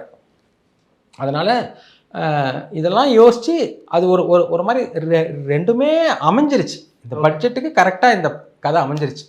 அதனால் 5D எடுத்துக்கிட்டோம். க்ளோஸ்அப் காட்டணும் அப்படிலாம் எடுக்கல. ஓகே, நான் இப்போ எதுக்காக கேட்க வந்தேன்னா, இந்த இருக்குது நீங்கள் சொன்னீங்க ப்ரொடியூசருக்கு ஒர்க் ஆச்சு, நீங்களும் நோட் பண்ணி வச்சுக்கிட்டீங்க. ஓகே, டயலாகாக மொமெண்ட்டாக க்ரியேட் பண்ணியாச்சு. ஆனால் அந்த மொமெண்ட்டு ஒர்க் ஆகிறதுக்கு நீங்களும் சினிமோட்டோகிராஃபரும் என்னெல்லாம் பண்ண வேண்டியது இருந்துச்சு? ஹிட்ச்காக் சொல்லுவார்ல, என்னென்னா சஸ்பென்ஸ்ன்றது டமால்னு பாம்பு வெடிக்கிறது கிடையாது. என்னடா டக்குன்னு பாம்பு வெடிச்சிருச்சே கிடையாது. ஒரு பாம்பு இங்கே இருக்குது, காமிச்சிடணும் ஃபஸ்ட்டு. நம்ம உக்காந்துக்கிட்டு இருக்கோம். அது அந்த டைம் இருக்குல்ல, அந்த வெடிக்கிற வரைக்கும் உள்ள என்ன போகுதுன்ற டைமில் அந்த மாதிரி தான். என்னென்னா இந்த பொண்ணை பார்த்தா ஞாபகம் வந்துடும் அவங்க நினச்சிட்டு இருக்காங்க. தனலட்சுமியை வேணால் இவன் பேர் வேணால் ஞாபகம் இல்லாமல் இருக்கலாம், ஆனால் பார்த்தா எப்படி ஞாபகம் இல்லாமல் போகும். 1 இயராக லவ் பண்ணிகிட்டு இருக்கான், பார்த்தா எல்லாமே சால்வ் ஆகிட போகுது அப்படி தான் இவங்க நினச்சிட்டு இருக்காங்க. அதனால் மண்டபத்துக்கு மட்டும் கூட்டின்னு போயிட்டா போதும். இப்போ அந்த பொண்ணு நடந்து வந்துக்கிட்டு இருக்கான். வரதுலேருந்தே நமக்கு டென்ஷன் ஸ்டார்ட் ஆகிடுது. இவன் பார்க்க போகிறான், பார்த்தா இவனுக்கு ஞாபகம் இருக்கா ஒரு விஷயம், ஞாபகம் இல்லைன்னா இவன் என்ன பேசுவான், இவன் என்ன பண்ணுவான், மேடையில் பொண்ணு வரப்போகிறான், அந்த பொண்ணு என்ன பண்ண போகிறா, இவனை ஞாபகம் இல்லையே. இப்போ நடந்தாலும் இவங்களாம் என்ன ஆக போகிறாங்க, இவங்களுக்கெல்லாம் பயம். இந்த மாதிரி அந்த இடத்துல பயங்கர பல கேள்விகள் இருக்குது. அந்த கேள்விகளை நான் உடனே பதில் சொல்லிடக்கூடாது. அதுக்குன்னு போட்டு ஜவ்வு மாதிரி இழுக்கக்கூடாது. ஆ அதுக்கானக்குன்னு ஒரு டைம் இருக்குல்ல. அவள் மேலே வரா, நிற்கிறா. ஃபஸ்ட்டு இவன் யாரா இந்த பொண்ணு வந்து நிற்கிதுன்னு இவன் நிற்கிறான். யாரோ ஒரு பொண்ணு இன்னும் மூஞ்ச பார்க்கல இவன். அப்போ இவங்கள்ட்ட பேசி மூஞ்ச பாருன்றாங்க. கீழே பக்ஸும் பஜ்ஜியும் டென்ஷனாக இருக்காங்க. இவன் பார்க்க போகிறான், ஏதோ நடக்க போகுது. ஏன்னா பக்ஸ் வேறு சொல்லியிருக்காரு, காதல்ன்றது ஆழ் மனசில் அடித்த ஆணி மாதிரி, அது மரண படுக்கையிலையும் மறக்காது அப்படின்னு அவர் சொல்லியிருக்காரு. அதனால் அவருக்கு என்னன்னா அவருக்கு ஒரு ஆமாம் ஒரு வாய் வேறு விட்டார் அவர். அதனால் அவர் அப்படியே பார்த்துட்ருக்காரு. இப்போ இவன் பார்க்க போகிறான். இவன் பார்க்குறான். அவன் இவன் சொல்லி பாடுறான், என்ன கேட்குறான் பாடுறான்னா அப்படி வந்து திரும்பி பார்க்குறான். திரும்பி பார்க்குறான். இவன் திரும்பி பார்க்கும்போது அந்த பொண்ணு பார்க்குறான். அந்த டைம் எனக்கு பத்தாது. இவன் திரும்பி பார்க்குறான் இவனோட சஜஷனில். இவன் திரும்பும் போது அந்த பொண்ணும் மெல்லமாக திரும்புகிறான். அந்த பொண்ணும் மெல்லமாக திரும்புறதை நான் ஒயிட் ஷாட்டில் காட்டுறேன். ரெண்டு பேருமே மெல்லமாக திரும்புறது மிட் ஷாட்டில் காட்டுறேன். ரெண்டு பேருமே மெல்லமாக திரும்புறது மிட் க்ளோஸில் காட்டுறேன். ரெண்டு பேருமே மெல்லமாக திரும்புறதை நான் சஜஷன் பேக் ஷாட்டில் காட்டுறேன். ஃபுல்லாக ஆடியன்ஸை வச்சு ஃபுல் கீழே இருக்கிற மண்டபத்தில் இருக்கிற. அப்புறமா இவனோட சஜஷனில் அவன் இவனை பார்க்குறது, அவனோட சஜஷனில் இவன் அவளை பார்த்து அவள் சிரிக்கிறாள்ல அந்த ஃபுல் மேக்கப்போட லிப்ஸ்டிக்கோட. அப்படி இவன் என்னடா ஏதோ பயந்துட்டு இவன் ஏதோ பார்த்து பயந்துட்டு சொல்கிற வரைக்கும் எனக்கு இவ்வளோ டைம் தேவைப்பட்டுச்சு அந்த இடத்துல. பிரேம்குமார் அவர்களுடைய கான்ட்ரிபியூஷன் ஆஸ் அ சினிமாட்டோகிராஃபர்னா நீங்கள் என்ன சொல்லுவீங்க? இந்த படத்தில் ரொம்ப பெருசு. ஒரு டைரக்ஷன் டீம் மாதிரி தான் ஒர்க் பண்ணார் இந்த படத்தில். ஏன்னா ஷார்ட் டிவிஷன்லேருந்து, ஏன்னா இந்த படம் ஃபுல்லாகவே நம்ம ஷோல்டரில் ரிக் வச்சு தான், நம்ம ஷோல்டர் பேடை வச்சு தான் ஷூட் பண்ணுது. ஏன்னா ஸ்டாண்டு போட வேண்டாம் எங்கேயுமே. ஸ்டாண்டு போட்டு ஒரு க்ளீனாக ஒரு அப்படி இல்லை, ஒரு சின்னதாக ஒரு அஜிடேஷன் இருக்கட்டும். ஏன்னா சம்திங் ராங் இன்னும் நடக்க போகுது, அதுக்காக ரொம்ப போட்டு ஆட்டிகிட்டு இருக்க வேண்டாம். அது ஒரு சின்னதாக ஒன்று இருக்கட்டும். நம்ம ப்ரீத்தில் ஏதோ ஒன்று இருக்கும் தெரியுங்களா, அதில் என்ன ஆகிடுதுன்னா ஒரு வீட்டில் எடுக்கிற ஃபீல், ரியல் வீடியோ எடுக்கிற மாதிரியும் இருக்கும், ஒரு பக்கத்து வீட்டில் நடக்கிற மாதிரியே இருக்கும். அதனால் கொஞ்சம் ராவாக அப்படி போயிடலான்னு. அதனால் அவர் படம் ஃபுல்லாகவே கேமரா ஃபுல்லாகவே அவரோட ஷோல்டரில் தான் இருந்தது. அவரும் பேசிக்காகவே கதையை ரொம்ப ரசிப்பார், பர்ஃபார்மன்ஸை ரொம்ப ரசிக்கிற ஆள். ஃபஸ்ட்டு டே ஷூட் வந்து டீ கடையில் ஷூட் பண்ணோம். பிரேம் வந்து ஃபஸ்ட்டு டைம் விஜய் சேதுபதி சொல்வாப்பில்ல டீ கடையில், என்னாச்சு கிரிக்கெட் விளையாண்டோம். அப்போலாம் இவங்களுக்கே தெரியும் என்னடா இவன் சொன்னதே சொல்லிகிட்டு இருக்கான்னு பார்ப்பாங்கல்ல. அதை ஃபஸ்ட்டு டே ஷூட் பண்ணிவிட்டு அன்றைக்கி ஈவினிங்கே ஆஃபீஸ் வந்து எடிட் பண்ணி பார்க்குறேன். பார்க்கும்போது பிரேம் சொன்னாப்புல நல்லா இருக்குது, ஆனால் சேது ஃபேஸில் ஒரு சின்ன சீரியஸ்னஸ் இருக்குது. என்னாச்சு கிரிக்கெட் விளையாண்டோம், ஆனால் நீ அந்த சீனை பர்ஃபார்ம் பண்ணும் போதோ இல்லை நீ எங்கள்கிட்ட நரேட் பண்ணும் போதோ கிரிக்கெட் விளையாண்டோம், பால் மேலே போச்சு, நீ தான் நடிச்ச விட்டனா, அப்படியே ஒரு சின்னதாக ஒரு ஸ்மைல் இருக்கும் கண்ணில், அது மிஸ் ஆகுது. விட்டனா எல்லாமே கொஞ்சம் சீரியஸாக இருக்கிற மாதிரியா இருக்குது. அப்புறம் ஒரு சின்ன ஸ்மைல் இருக்கும், ஒரு சின்ன ப்ளேனஸ் இருக்கும். கால் ஸ்லிப்பாகி கீழே விழுந்துட்டேன், அது மிஸ் ஆகுது அப்படின்னாப்புல. அது கரெக்ட். அதுக்கப்புறமா அடுத்து பக்ஸ் வீட்டில் ஷூட் பண்ணும்போது அடுத்த சீன்லேருந்து படத்தில் பார்த்தீங்கன்னா அவன்கிட்ட அந்த கண்ணில் இருந்துச்சு, அந்த டைலாக்லேருந்து ஒரு சின்ன ஸ்மைல் இருக்கும். காலை ஸ்லிப்பாகி கீழே விழுந்துட்டேனா அப்படி இருப்பாப்புல. அது வந்து அவர் எடிட்டில் பார்த்துட்டு சொன்னது. உங்கள்கிட்ட இருந்த சின்ன ஸ்மைல் விஜய் சேதுபதி இல்லைன்னு அவர் சொன்னது சூப்பர் இன்புட்டுங்க ஆக்சுவலாக. ஆமாம். இப்போ நீங்கள் சொன்ன பாயிண்ட்டு இந்த போஸ்டரில் நான் அதை ஃபீல் பண்ணேன். ஆமாம் இருக்கு. இதில் ரெண்டாவதாக இந்த இடத்துல ஒரு ஹாஃப் ஃபேஸ் இருக்குல்ல, அதில் வந்து எனக்கு அந்த ஒரு சின்ன சைல்டிஷ் இன்னசென்ஸ் இருக்குது. இது வந்து என்னன்னா லாஸ்ட் மினிட்ல ரிலீஸ் அப்போ பண்ண போஸ்டர்ஸ். இந்த கான்செப்ட்லாம் நான் சொல்லலை. இது அந்த டிசைனரே கிரியேட் பண்ண கான்செப்ட். ஒருத்தர் யோசிக்கிறாரு, யோசிக்கும் போது 3 பேர் பயப்படுறாங்க. அப்படி அதுதான் இதோட வேற வருஷன். 3 பேர் பயந்துருக்காங்க, ஒருத்தவங்க மட்டும் கூலாக இருக்கான். ஆனால் ஏன் இவன் மற்ற 3 பேர் பயந்துருக்காங்க அந்த மூடு. இது உங்களோட ஐடியா? இது எல்லாமே ஒரு பால் இருக்கும், ஒருத்தன் தொடர்ந்து ஓடி வருவான், கால் மட்டும் மேலே இருக்கும். அது அப்புறம் மேலே இருந்து பப்பட் மாதிரி 3 பேர் இது பண்ணுவாங்க. அதெல்லாம் ஃபோட்டோஷூட் பண்ணுது. ஃபோட்டோஷூட் பண்ணுறதுக்கு முன்னாடி நிறையா ரெஃபரன்சஸ் பார்த்தோம். ஒரு இமேஜில் அந்த படத்தோட கான்செப்டையும் சொல்லணும், ரொம்ப அதே சமயத்தில் நம்மளை புல் பண்ணணும். அந்த மாதிரி என்னென்னலாம் போஸ்டர்ஸ்லாம் சும்மா அப்படி பார்த்துட்டு இருந்தேன். ரெகுலராக 4 பேர் நிற்கிறாங்கன்னு இல்லாமல் வேறு என்னெல்லாம் யோசிக்கலாம் அப்படின்னு யோசிச்சுட்டு இருக்கும்போது எனக்கு அவங்க ரொம்ப கிளஸ்ட்ரோஃபோபியாவாக இருக்காங்க. ஒரு மாதிரி ஒரு விஷயத்தில் மாட்டிக்கிட்டாங்க. அந்த அழுத்தம் இருக்குது. 4 பேரும் அப்படி ஒன்றா மூஞ்சி வச்சுட்டு இப்படி எதையோ ஒரு இடத்துல பயந்துட்டு இருந்தால் நல்லாயிருக்கும். அதில் ஒருத்தவன் மட்டும் ஸ்மைல் பண்ணிகிட்டு இருக்கான். ஏன்னா அவனுக்கு பிரச்சனை தெரியாது. ஏன்னா அவன் தான் பிரச்சனையே. அவன் தான் பிரச்சனைன்றதே அவனுக்கு தெரியாது. மற்ற 3 பேரும் அவனுக்கு ரொம்ப க்ளோஸான மற்ற 3 பேருமே அந்த பிரச்சனைனால ஃபுல் பயத்தில் இருக்காங்க. அதில் எப்பயுமே ஒருத்தவன் அவனோட லவ்வரை சமாளிச்சுக்கிட்டு, அவங்க பேரண்ட்ஸை சமாளிச்சுக்கிட்டு, இதை பண்ணிட்டு இருக்கிற சரஸ், அதனால் அவன் காதில் ஃபோன் இருக்கும். பக்ஸு வந்து என்ன பிரச்சனையாக இருந்தாலும் அந்த டென்ஷனில் போய் ஒரு சிகரெட் வாங்கி அடிப்பார். அதனால் அவர் கையில் சிகரெட் இருக்கும். அதே மாதிரி என்ன உச்சபட்சமான பிரச்சனை இருந்தாலும் ஒரு டீ சாப்பிட்டு யோசிக்கலாமான்றது தான் பஜ்ஜியோட கேரக்டர். அதனால் இந்த இன்டர்வியூவே நம்ம ஒரு காஃபி சாப்பிட்டு ஆரம்பிக்கலாமான்னு சொன்னால அந்த மாதிரி. அதனால் அவன் கையில் எப்பயுமே ஒரு டீ கிளாஸ் இருக்கும். இதெல்லாம் வச்சுட்டு பண்ணது. டைட்டில் ஃபஸ்ட்டு டிசைட் பண்ணதே இந்த டைட்டில் தானா, இல்லை வெவ்வேறு ஆப்ஷன்ஸ்லாம் போகும்போது இது அப்படியே மாட்டுச்சா? ஃபஸ்ட்டு கதை எழுதும் போது வச்ச டைட்டில் வந்து நினைத்தாலே மறக்கும் அப்படின்னு வச்சேன். அப்படின்னு நினைத்தாலே இனிக்கும் மாதிரி அது ஒர்க்கிங் டைட்டில் தான் வச்சுருந்தது. ஆனால் அது ரொம்ப நல்லா இருக்கு. நல்லா இருக்குது. அப்புறமா நினைத்தாலே மறக்கும் அப்படிங்கும்போது அது ஒரு சின்ன ஸ்பூப், ஒரு நினைத்தாலே இனிக்கும் படத்தோட ஒரு அந்த படத்தை ஞாபகப்படுத்தி அதுலேருந்து இது ஏதோ புதுசு நமக்குன்னு ஒரு தனியாக ஒன்று இருந்தால் நல்லா இருக்குமே அப்படி தோணுச்சு. நெஞ்சம் மறப்பதில்லை கூட யோசித்தேன். அப்புறம் நிறைய யோசித்தோம். டாப் ஸ்லிப், அவனா நீ, இந்த மாதிரி நிறைய யோசித்தோம். அப்போ எதுவுமே இன்னும் ஏதோ தேவை சொல்லி அப்புறம் ஒரு நாள் எல்லாருமே உட்காந்து டைட்டிலே ஒரு நாள் யோசித்தோம் ஃபுல்லாக. அவன் லைஃப்பில் நடுவில் ஒரு போர்ஷன் மிஸ் ஆகிடுச்சு. அதனால் ஏற்படுற குழப்பம் தானே. அதனால் ஒரு புக்கில் நடுவில் கொஞ்சம் பக்கத்தை காணோன்னா நமக்கு அதுக்கப்புறம் ஏற்படுறது எல்லாமே நமக்கு ஒன்றும் கனெக்ட் ஆகாதுல்ல அவனுக்கு. கரெக்ட். அதனால் எனக்கு அந்த நடுவில் கொஞ்சம் பக்கத்தை காணணுன்னு அந்த டைட்டில் தோணுன்னே எனக்கு ரொம்ப அடடா நல்லா இருக்கேன்னு எனக்கு தோணிடுச்சு. ஆனால் வழக்கமாக சொன்னால் பெருசாக இருக்கேன், நடுவில் கொஞ்சம் பக்கத்தை காணும், பெருசாக இருக்கே, ஒரு சினிமா டைட்டில் மாதிரி இல்லையான்னு சொல்லுவாங்களோ அப்படின்னு. ஏழக்கு ப்ரொடியூசர்கிட்ட சொன்னோன்னா ப்ரொடியூசர் நல்லா இருக்குன்ட்டார். நடுவில் கொஞ்சம் பக்கத்தை காணும் நல்லா இருக்குங்கன்ட்டு. அது அவர் புது ப்ரொடியூசர், மேபி ரொம்ப சீசன்ட்டாக சினிமாவில் இருக்கிறவங்களுக்குன்னா 1000 டவுட்ஸ் வரதுக்கு வாய்ப்பு இருக்குது. அவர் அதனாலேயே இந்த கதை, இந்த டைட்டில் எல்லாமே அவர் ரொம்ப ஃப்ரெஷ்ஷாக இருந்தார். அவரும் ஒரு எந்தூசியாஸ்ட், அவர்கிட்டையும் ஒரு ஒரிஜினிட்டி இருந்துச்சு. அதனால் அவர் எல்லாத்தையுமே ரசித்தார். இப்போ ஏன்னா ஈஸியாக இந்த கதையை அக்செப்ட் பண்ணாமல் போகிறதுக்கு வாய்ப்பு, இந்த டைட்டில் அக்செப்ட் பண்ணாமல் போகிறதுக்கும், இல்லைனா ஈஸியாக இந்த கதையை வந்து ரெகுலர் ஃபார்மேட்டில் கொண்டு வரதுக்கும் நிறைய சான்ஸ் இருக்குது. பிகினிங்கில் ஹீரோயினை ஃபஸ்ட்டே காட்டிடலாம், அவங்க 2 பேரும் எந்த அளவுக்கு லவ் பண்ணாங்க, அவங்களுக்குள்ள ஒரு சாங் இருக்கலாம், அவனுக்கும் சரஸ்க்கும் இருக்கிற பாண்டிங் என்ன, அப்படிலாம் நம்ம நிறையா பண்ணிட்டு போகலாம். அது வந்து ஒரு ரெகுலர் ஃபார்மேட். நம்ம ஒரு இடத்துல கதையை ஆரம்பிக்கிறோம், அங்கேருந்து நம்ம கதையை சொல்கிறோம். ஹீரோயினே அது ஹீரோயின் கிடையாது, அவங்க ஒரு கேரக்டர். அவங்க செகண்ட் ஹாஃபில் பாதிக்கு மேலே தான் வராங்க. அப்போ என்ன சொல்லுவாங்க, அப்படி வேண்டாம், அங்கங்கே நம்ம ஒரு ஃப்ளாஷ்கட்டில் போயிட்டு வரலாம். இவங்க எப்படிலாம் லவ் பண்ணாங்க, அவள் எப்படிலாம் இந்த கல்யாணத்தை எதிர்பார்த்தா, இப்போ என்ன பண்ணுறேன், ஏன்னா அவளையும் விட்டுற வேண்டாம். ஸ்க்ரீன் ஸ்பேஸில் ஆடியன்ஸ் அவளையும் பார்ப்பாங்க அப்படின்லாம் சொல்கிறதுக்கான வாய்ப்பு இருக்குது. இதெல்லாம் நம்ம ஸ்கிரிப்டை ரெகுலராக நம்ம அட்ஜஸ்ட் பண்ணி பட்டி பார்த்து அது வந்து வரும். அது மேபி நல்லா கூட இருந்திருக்கலாம், ஆனால் அது இந்த படமாக இருந்திருக்காது.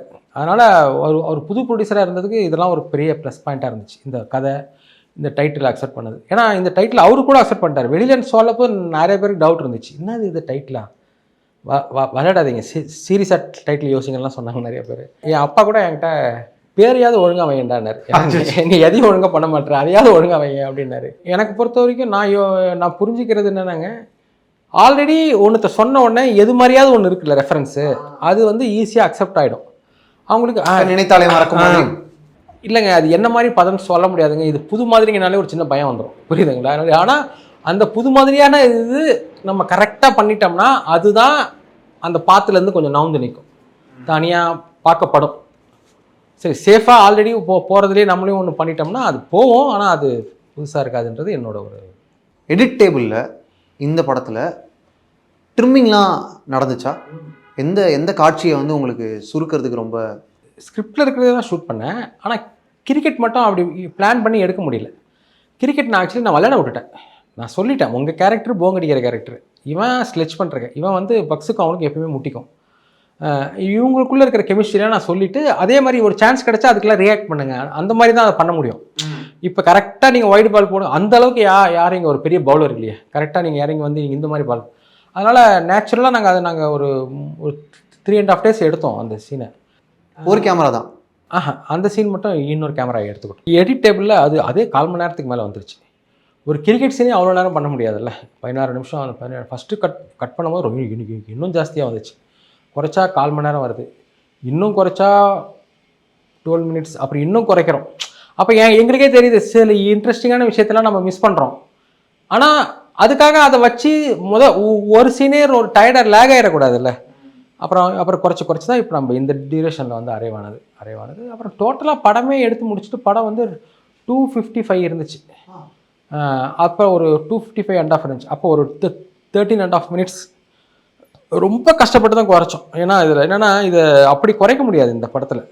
ஏன்னா காஸ் அண்ட் எஃபெக்டோட போகிற அந்த மாதிரி இருக்கும்போது இப்போ ஒரு ட்ராக் மாதிரி இல்லைல்ல, காமெடி ட்ராக்கு சாங் அந்த மாதிரி இல்லைல்ல.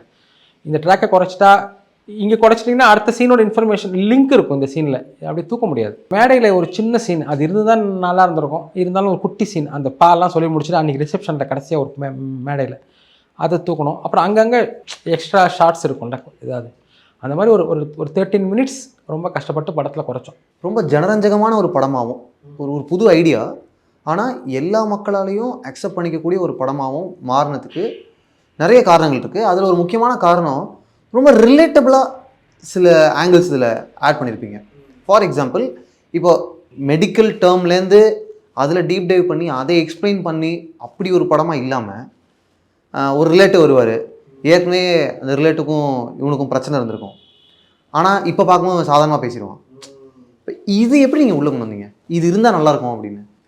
இது எல்லாமே எதாச்சும் நடந்தது தாங்க. என்னென்னா இப்போ ஃப்ரெண்டுக்கிட்ட சொல்லிட்டு இருந்தேன், டெல்லின்னு சொன்னல என்னோட ஆமாம் துக்ளக் தர்பார் டைரக்டர், அவர்கிட்ட நான் கதை சொல்லிட்டு இருந்தேன். சொல்லிட்டு இருக்கும்போது அப்போ தான் கதை ஃபுல்லாலாம் இல்லை, அப்போ தான் நான் டெவலப் பண்ணிவிட்டு சொன்னேன். ஆமாண்ணே, அப்போ இந்த ஃபங்க்ஷன் வீட்டுக்கு வரான், சொந்தக்காரங்களாம் இருக்காங்க, அப்போ யாராவது இவங்ககிட்ட சண்டை போட்டவன்ட்ட கூட இவன் நார்மலாக தான் பேசுவான்லண்ணே அப்படின்னாப்புல. அது ஒரு பயங்கரமான விஷயம் இல்லை. அதனால் இப்போ நம்ம பேசும்போதே நம்ம ஒரு கதை சொல்லும் போது, இப்போ நான் சொன்னால உங்கள்கிட்ட பிகினிங்கில் நான் சின்ன வயசில் ஒரு அக்கா எனக்கு முத்தம் கொடுத்துட்டாங்க, நான் முத்தம் கொடுத்தா குழந்தை முத்தம்னு நினச்சேன், நான் பயந்துட்டு இருந்தேன். இதை நான் ஒருத்தர்கிட்ட சொல்லும் போது அவர் சொன்னார், நல்ல வேலை எதாச்சியாக அந்த அக்கா கர்ப்பமாக இருந்தாங்கன்னா நீ தான் நான் நினச்சி பயந்துருப்பில்ல, அது காரணம் நீ தான். அவர் அந்த பாயிண்ட்டை சொல்ல போய் தான் எனக்கு அந்த ஷார்ட் ஃபிலிமே டெவலப் ஆகிடுச்சு. அந்த மாதிரி யாராவது நம்ம ஃப்ரெண்ட்ஸ்கிட்ட சொல்லும் போது ஃப்ரெண்ட்ஸ்லேருந்து ஒரு சின்ன வார்த்தை டெவலப் ஆகுதுல்ல, வேல்யூபிளான பாயிண்ட்டை நம்ம எடுத்துக்கிறோம்ல, அது ரொம்ப முக்கியம். மியூசிக் வரும். இப்போ காமெடின்னு வரும்போது அந்த மொமெண்ட்டுக்கு எவ்வளோ பில்டப், எத்தனை ஷார்ட்ஸ் தேவைப்பட்டுச்சு அந்த மொமெண்ட்டுக்கு அரைவ் ஆகிறதுக்குலாம் சொன்னீங்க. எடிட்லேயும் அதுக்கான ஒரு ரிதம் நீங்கள் பிடிக்கிறீங்க. மியூசிக்னு வரும்போது முதல் படத்தில் உங்களுக்கு அது எப்படி அமைஞ்சது? இப்போ வந்து எடிட்டிங்னு வச்சுக்கோங்களேன். நான் வந்து எடிட்டிங் எனக்கு தெரியும், எடிட்டிங் படிச்சிருக்கேன். எனக்கு ஃபஸ்ட் இயரில் கேமரா பற்றின ஓரியன்டேஷன்லாம் எனக்கு சொல்லி கொடுத்துருக்காங்க. அதனால் சினிமாட்டோகிராஃபி பற்றியும் ஒரு ஐடியா இருக்குது, எடிட்டிங் பற்றியும் ஒரு ஐடியா இருக்குது, எல்லாத்த பற்றியும் ஐடியா இருக்குது. இருந்தாலும் இந்த படத்தில் எடிட்டிங் ஒர்க் பண்ணும்போது இந்த படத்தோட எடிட்டர் வந்து கோவிந்த் அப்படின்னும் போது நான் எனக்கு என்ன வேணும்னு எனக்கு தெரியும். அதை மீறி இன்னொருத்தரோட ஆங்கிள்லேருந்து ஒரு இன்புட் வருது தெரியுங்களா? அதை எனக்கு எக்ஸாக்டாக இதை தெரியும், இதை மட்டும் பண்ணுன்னு நம்ம சொல்லிட்டோம்னா இன்னொரு மேஜிக் நடக்காது. ஏன்னா நமக்கு தெரியாமல் அங்கேருந்து வேற ஒரு இன்புட் வரும். கோவிந்தோட ப்ளஸ் பாயிண்ட் என்னென்னா அவன் ஒரு எடிட்டராக இருக்க மாட்டான், அவன் பயங்கரமாக கதையும் பர்ஃபார்மன்ஸையும் என்ஜாய் பண்ணுறான். அதனால் என்ஜி டேக்கில் இருக்கிற பர்ஃபார்மன்ஸை நிறையா அவன் எடுப்பான். அண்ணே இது சூப்பராக இருக்குண்ணே, இதை பண்ணலாம். அப்புறம் அவனுக்கு அவன் ஹியூமரை பயங்கரமாக என்ஜாய் பண்ணுவான். அதனால் என்கேபிகேயில் இருக்கிற ஹியூமர் டைமிங்க்கும் அந்த படத்தோட ஹியூமர் இப்படி ஒர்க் ஆனதுக்கு அவர் ஒரு மெயின் காரணம், எடிட்டர் ஒரு மெயின் காரணம். ஏன்னா அந்த எனக்கு தெரிஞ்சு நான் என் படம் சொல்லலை, அந்த படம் ஒரு ஒரு ஒரு காமெடி ட்ராமாக்கான எடிட்டிங்கான ஒரு நல்ல உதாரணம்னு எனக்கு தோணுச்சு கோவிந்த் எடிட் பண்ணதுக்கப்புறமா. ஏன்னா அந்த படம் வந்து சில பேர் கொஞ்சம் லேகுன்னாங்க, நான் அதை வேணும்னு சொல்லிட்டேன் கோவிந்திட்ட. இல்லை கோவிந்த் நம்ம ட்ரிம் இல்லாமல் கேட்கும் போது கூட இல்லை கோவிந்த் இது நல்லா இருக்குது இப்படியே இருக்கட்டும், ஏன்னா அதுதான் ஒர்க் ஆகுது. அதை நான் ஷார்ப்பாக பண்ணியிருந்தேன்னா இவ்வளோ ஒர்க்காக இருக்காது. அப்புறமா அதே மாதிரி ஆனால் இதில் ஏன் சொல்கிறேன்னா, ஆனால் மியூசிக் மட்டும் எனக்கு தெரியாது, நீங்கள் சொன்ன மாதிரி தான். ஏன்னா இதுக்கு முன்னாடி நான் மியூசிக்கும் படித்ததில்லை. நான் பாட்டு கேட்பேன், சில படத்தோட பேக்ரவுண்ட் ஸ்கோர், அதுவும் பேக்ரவுண்ட் ஸ்கோர்னு குறிப்பிட்டுலாம் கூட நான் பார்த்ததில்லை. ஒரு சில படத்தில் பேக்ரவுண்ட் ஸ்கோர் எனக்கு நல்லா இருக்கேன்னு நமக்கு ஃபீல் ஆகிருக்கு. இந்த இடத்துல ரொம்ப ஒரு சில இடத்துல இந்த சீனை பாரு பேக்ரவுண்ட் ஸ்கோரில் எப்படி பண்ணியிருக்காங்க அப்படின்னு ஒரு சில சீன் ரசிச்சிருக்கேன். ஆனால் இந்த படத்தை ஃபுல்லாக எடிட் பண்ணி படத்தை டப்பிங் முடித்து லாக் பண்ணதுக்கப்புறமா நான் அந்த படத்தை பார்த்துட்டு எனக்கு வந்த ஃபஸ்ட்டு கேள்வி என்னென்னா, படம் எனக்கு பிடிச்சிருந்துச்சி, நல்லாயிருக்கு, இப்போ இதுக்கு மியூசிக் டைரக்டருங்க என்ன பண்ணுவார் அப்படின்னா என்ன மாதிரி மியூசிக் போடுவார் எனக்கு தெரியல. அதனால் நான் என்ன பண்ணிட்டேன், கொடுத்துட்டு அவங்க என்ன சொல்லிட்டாங்க, ஃபஸ்ட்டு நாங்கள் ஒரு வெர்ஷன் போட்டு வச்சிடுறோம், அப்புறம் நீங்கள் வாங்கன்னு. போய் பார்த்தா எனக்கு ஒரு பயங்கரமான எக்ஸ்பீரியன்ஸுங்க. அது ஃபஸ்ட்டு நான் போய் உக்காந்துருக்கேன். நான் என் படத்தை மியூசிக்கோட பார்க்க போகிறேன், என்ன மாதிரி மியூசிக் வரும்லாம் எனக்கு தெரியாது. போய் பார்க்குறேன், போய் பார்த்தா எடுத்த உடனே எனக்கு ஒரு மியூசிக் போட்டாங்க, எனக்கு சர்ப்ரைஸ் ஆகிடுச்சு. அப்படின்னு அந்த அவனுக்கு ஃபஸ்ட் டைம் மறப்பான் தெரியுமா, மறக்கும் போது ஒரு மியூசிக் வரும்,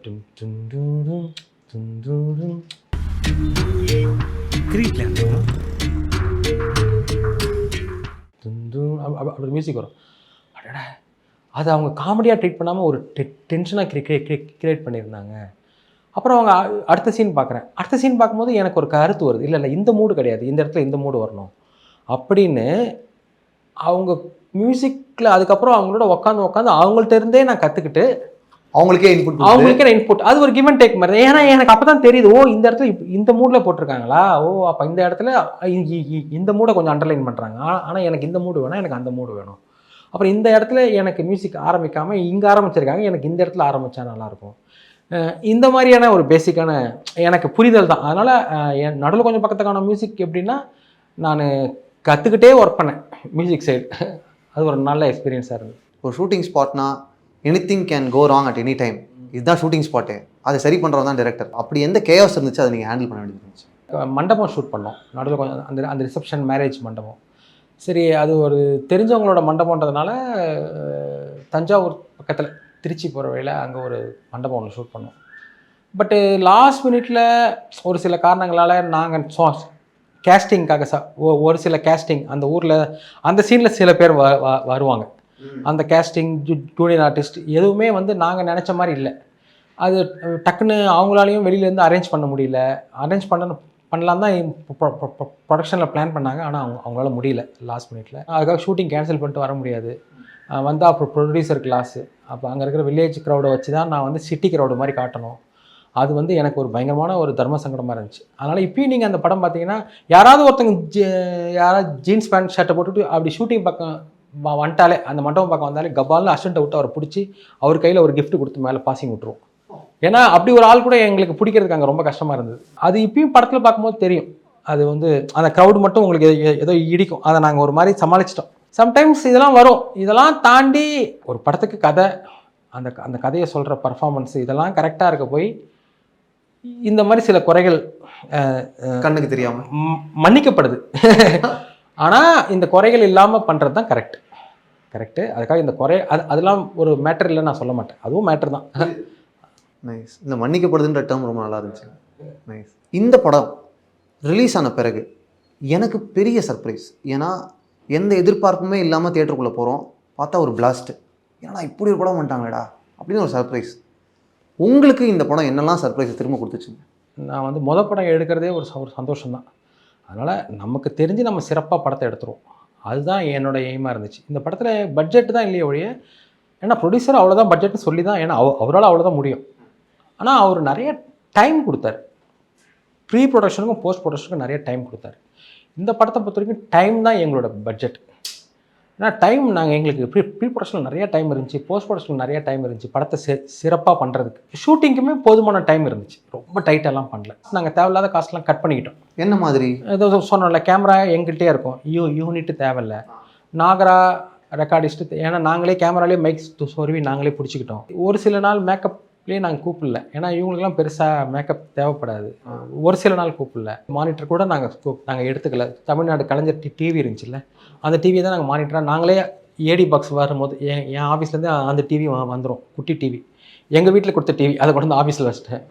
இந்த மாதிரி எங்கெங்கெல்லாம் காஸ்ட் கட் பண்ண முடியுமோ, இப்போ லைட்ஸ் இல்லாத சீன்ஸ்லாம் தனியாக, லைட்ஸ் இல்லாத அன்றைக்கி லைட்லாம் எடுக்காமல், இந்த மாதிரி ரொம்ப எங்கெல்லாம் காஸ்ட் கட் பண்ண முடியுமோ அப்படி கட் பண்ணி எடுக்கும்போது அப்போ நம்ம டேஸ் கொஞ்சம் எக்ஸ்ட்ரா நம்ம எடுத்துக்கலாம்ல. கரெக்ட், எடுத்துக்கலாம். அந்த மாதிரி ஷூட் பண்ணோம். அதனால் எங்களுக்கு டைம் ரொம்ப கிடைச்சிது. மற்றபடி நான் படம் பண்ணுறதுனால நான் இந்த படம் எப்படி ஆடியன்ஸ் ரிசீவ் அதுக்குள்ளே நான் ரொம்ப போகல. நான் இந்த படம் பண்ணுறதே நான் ரொம்ப என்ஜாய் பண்ணேன். எனக்கு படம் பண்ணுறதே எனக்கு ரொம்ப சந்தோஷமாக இருந்தது. ஒரு நம்பிக்கை இருந்துச்சு, படம் நல்லா தான் வருது. கதை சொல்லும் போது என்ஜாய் பண்ணுறாங்க, ஷூட்டிங் ஸ்பாட்டில் என்ஜாய் பண்ணுறாங்க, நானும் என்ஜாய் பண்ணுறேன், எடிட்டிங் பார்த்துட்டு நல்லா இருக்குன்றாங்க. ஆப்வியஸ்லி படம் பார்த்தா மக்களுக்கு பிடிக்கும் தான் நான் நினச்சேன்.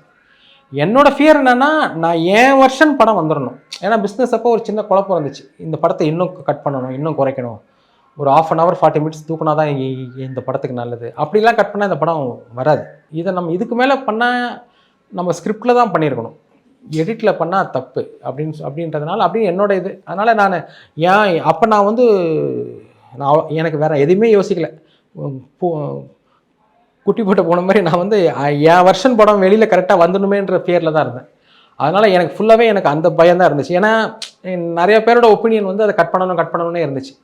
அதை நான் எப்படியோ ப்ரொடெக்ட் பண்ணி கொண்டு வந்து. எப்படிங்க ப்ரொடெக்ட் பண்ணீங்க? ஏன்னா ஒரு ஃபர்ஸ்ட் ஃபிலிம் டைரக்டருக்கு நம்ம எவ்வளோ பொலைட்டாக நோ சொன்னாலும் திமிரா இருக்கான்ற பேர் வந்திருக்கிறதுக்கான எல்லா வாய்ப்பும் இருக்குது.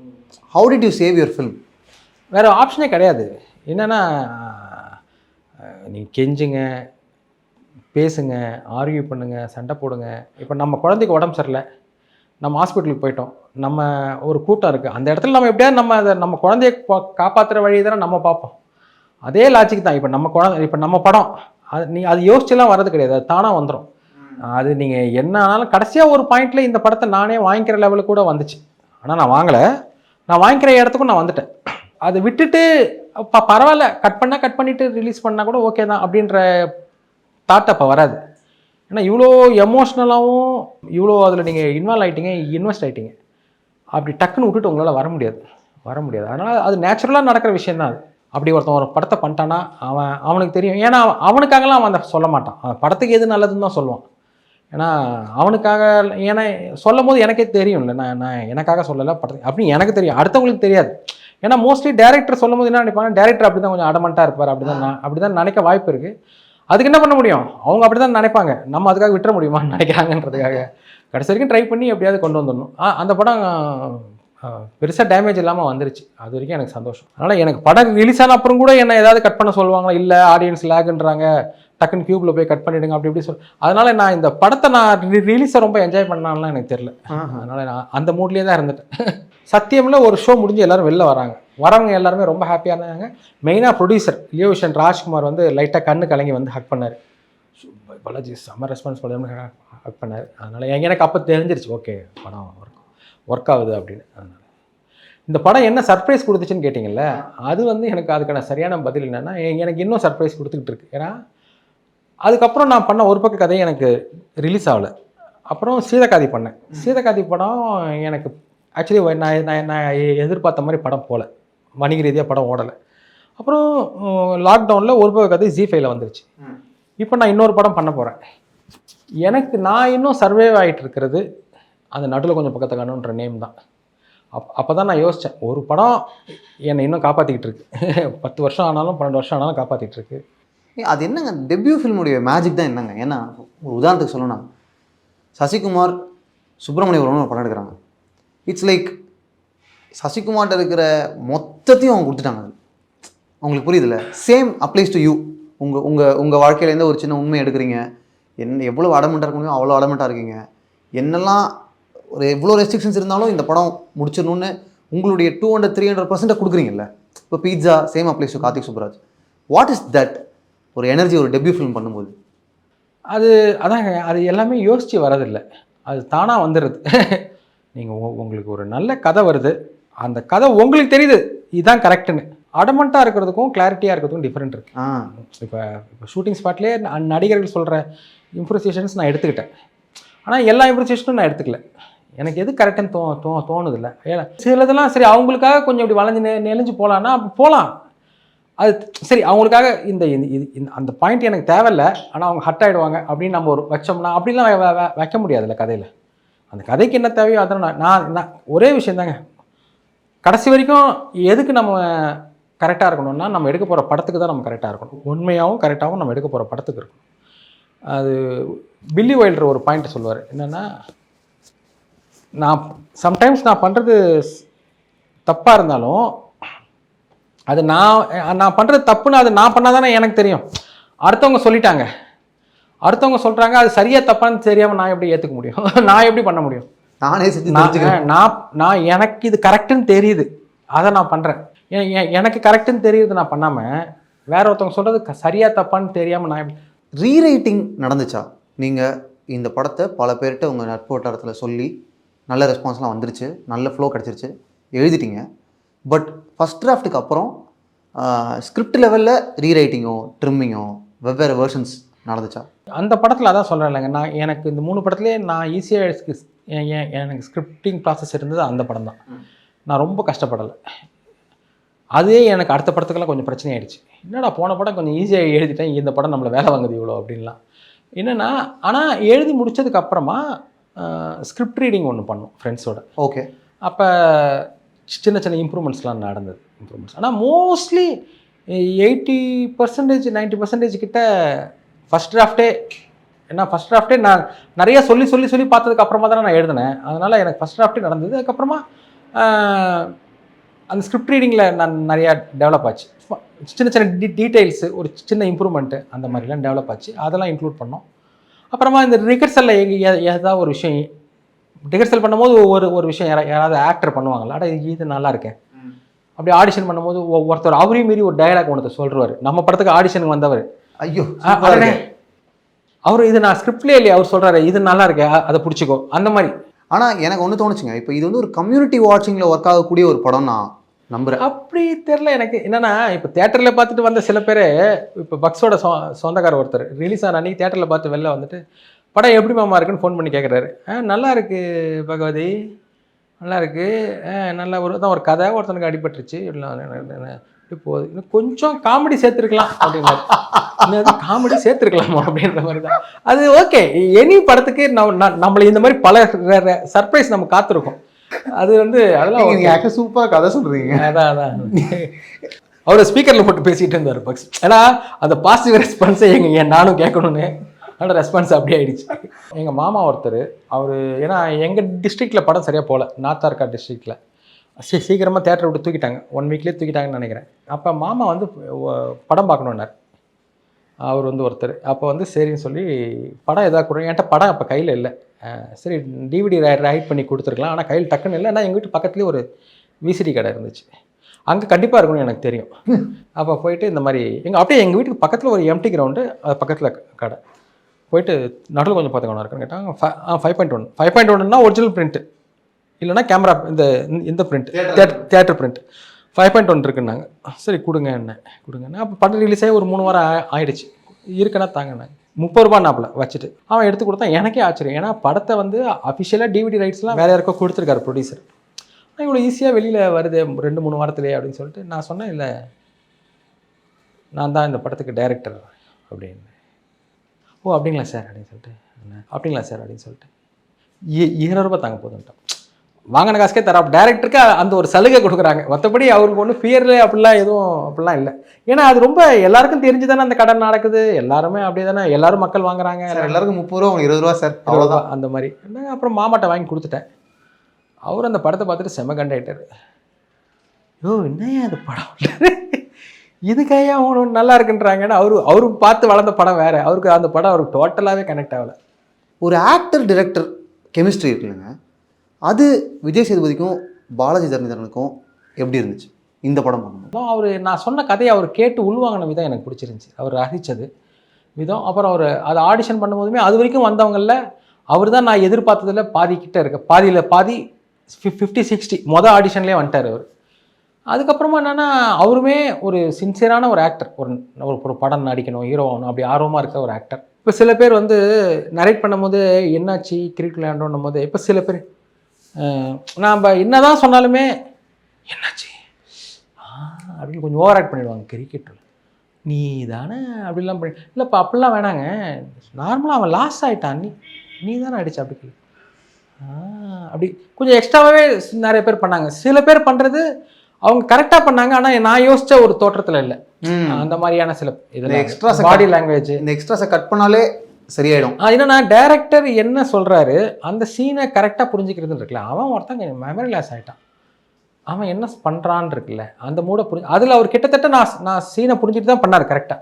அதுக்கப்புறம் அவருக்கு எதுக்கு டைம் ஆச்சுன்னா, இன்னும் கொஞ்சம் அந்த உண்மையிலேயே அவர் லாஸ் ஆகி அந்த கண்ணில் அந்த லாஸ் ஆனதெல்லாம் தெரியணும்ல, அவனுக்கு ஏதோ உண்மையிலேயே லாஸ் ஆகிட்டான்ற மாதிரி தெரியணும். அதுக்கு தான் அவருக்கு இன்னும் கொஞ்சம் டைம் ஆச்சு. ஓகே. அதுக்கப்புறம் ஷூட்டிங் ஸ்பாட்லலாம் நம்ம சொல்லவே தேவையில்லை, அந்த லூப்பில் அவரே கரெக்டாக இருந்துருவார். ரொம்ப ரொம்ப சந்தோஷங்க. Thank you so much for the time. நிறைய விஷயங்கள் நான் கற்றுக்கிட்டேன். சின்ன சின்ன குறைகள் இருந்தாலும் நல்ல பர்ஃபார்மன்ஸும் நல்ல கதையும் இருந்தால் ஆடியன்ஸ் மன்னிச்சு ஏற்றுப்பாங்கன்னு நீங்கள் ஒன்று சொன்னீங்க, அது ரொம்ப நல்லா இருந்துச்சு. அண்ட் இன்னொன்று, நடுவில் கொஞ்சம் பக்கத்துக்கான ஒரு டெபியூ ஃபில்மாக இருந்தாலும் நிறைய ரெஸ்ட்ரிக்ஷன்ஸ் இருந்தாலும் எங்களுக்கு டைம் தான் இந்த படத்துடைய பட்ஜெட்னு நீங்கள் சொன்னது ரொம்ப முக்கியமான ஒரு பாயிண்ட்டாக இருந்துச்சு. இது ரெண்டும் 2 இம்பார்ட்டன்ட் டேக்அவேஸ் எனக்கு. இந்த வீடியோ பார்க்குறவங்களுக்கு மற்ற டேக்அவேஸ் நிச்சயமாக இருக்கும்னு நான் நம்புகிறேன். ரொம்ப நன்றி. நடுவில் கொஞ்சம் பக்கத்துக்கானோ is definitely not just a film, ஏன்னா அது it has open doors for many, உங்களுக்கும் சேர்த்து. தேங்க்யூ ஸோ மச், ரொம்ப நன்றி. Thank you. Hi, this is Karthik Subraj. நான் அருண் மாதேஸ்வரன். ஐம் ரவிக்குமார். நான் உங்கள் சாந்தனு பாக்யராஜ். ஹாய் எல்லாருக்கும் வணக்கம், நான் ரியோராஜ். இந்த வீடியோவை பார்த்துட்டு இருக்கவங்க ஃபைனலி டிவி சேனலுக்கு சப்ஸ்கிரைப் பண்ணுங்கள். ஃபைனலி டிவிக்கு சப்ஸ்கிரைப் பண்ணுங்கள். ஃபைனலி டிவிக்கு சப்ஸ்கிரைப் பண்ணுங்கள். ஃபைனலி டிவிக்கு சப்ஸ்கிரைப் பண்ணுங்கள். Watch out for updates. Finally டிவிக்கு சப்ஸ்கிரைப் பண்ணுங்கள். இந்த வீடியோஸ் உங்களுக்கு பிடிச்சிருந்தா லைக் பண்ணுங்கள். ஏதாவது ஒப்பீனியன்ஸ் ஏதாவது சொல்லணும் அப்படின்னா கீழே கமெண்ட்டில் சொல்லுங்கள். Thank you so much for your love and support. உங்களுக்கு இந்த வீடியோவில் என்னெல்லாம் பிடிச்சது என்னெல்லாம் பிடிக்கல அப்படின்றத யூடியூப்பில் இந்த வீடியோ கீழே கமெண்ட்ஸில் சொல்லலாம். அது மட்டும் இல்லாமல் ஃபேஸ்புக், ட்விட்டர், இன்ஸ்டாகிராமில் ஃபைனலி டிவி அடுத்தடுத்த அப்டேட்ஸுக்கு ஃபாலோ பண்ணுவோம். தேங்க்யூ. மறந்துட்டேன் பாருங்கள், ட்விட்டர் கிடையாதுப்பா, எக்ஸ்லையும் நாங்கள் இருக்கோம்.